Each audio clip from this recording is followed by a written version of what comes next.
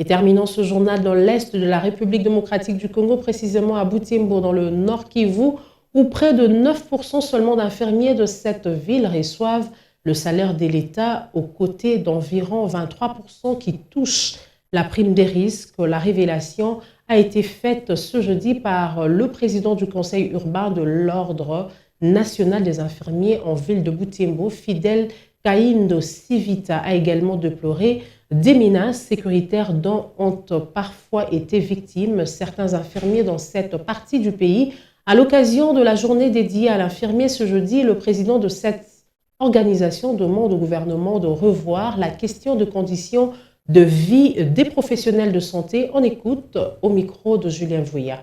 Donc les infirmiers, ils sont en train de jouer un très grand rôle dans la prise en charge sanitaire de la population. Ils constituent plus de 70% du personnel de santé partout en RDC.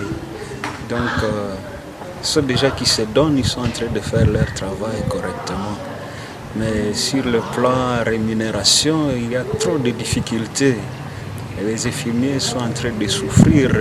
Je dirais qu'ils sont vraiment sous le coup d'une torture professionnelle. Parce que vous voyez la façon dont ils sont payés, ce n'est pas encourageant.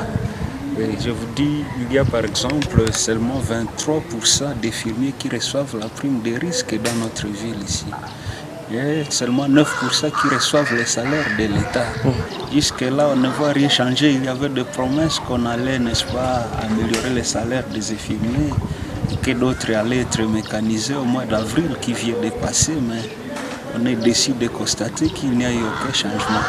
Vous êtes témoin des structures sanitaires qui sont fermées.